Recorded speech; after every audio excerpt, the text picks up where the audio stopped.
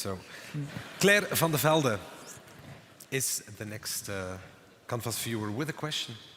Good evening. I'm Claire van der Velde. I studied biology and I've been looking at animals for some years, and then I switched to humans. I found them much more interesting. They're also animals. Humans have the capacity to be conscious of love, of feeling love.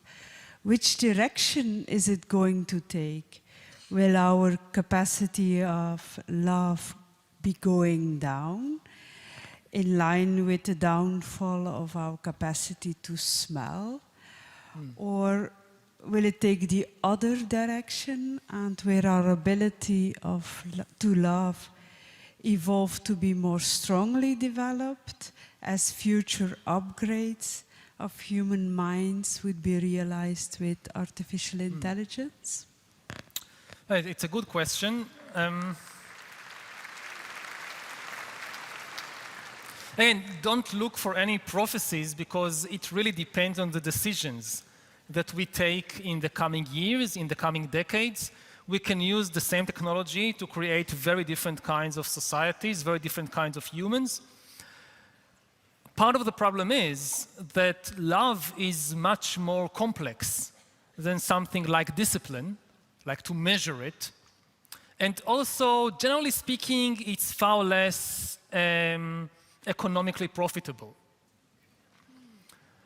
So if we leave these kinds of decisions just in the hands of the free market, we are likely to get far less love. You look at today, the kind of epidemic of fake news. It's mostly motivated by this arms race to capture human attention and keep it on my platform, on my website. And some of the smartest people in the world over the last few years worked on this problem of how to grab people's attention and keep it. And unfortunately, what they discovered is that it's much easier. The easiest way to capture people's attention is to press the fear button or the hate button in the brain, not the compassion button. And therefore, most of this epidemic of fake news, you could have created fake news that encourage compassion, but that's very rare, because economically it makes no sense. So this is just a small kind of warning sign to us that if we leave these kinds of technologies just in the hand of the free market, we are going to be very disappointed with the results. Usually the argument goes of the big corporations that it's a free market. If people don't want it, nobody forces them to buy it. But it doesn't work like that. But is compassion never profitable? Not never. But generally speaking, it's usually far less profitable than greed. And again, to take a simple example, like you have now in the US, I don't know how it is in here, but in the US, this issue of food in schools. So the previous administration banned certain foods like pizza and sweet drinks in schools, but the current administration is abolishing these regulations. Yes, you can sell pizza and Coke in schools, and the argument is, it's a free country.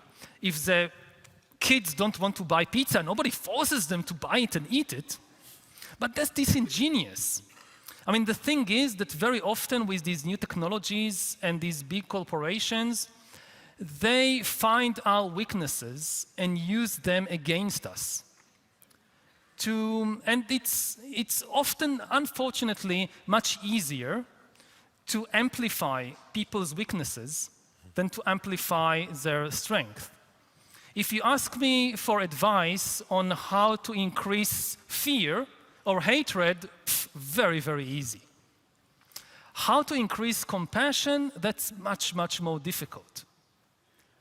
And this is why it's so dangerous to just leave these decisions to the free market. Thank you.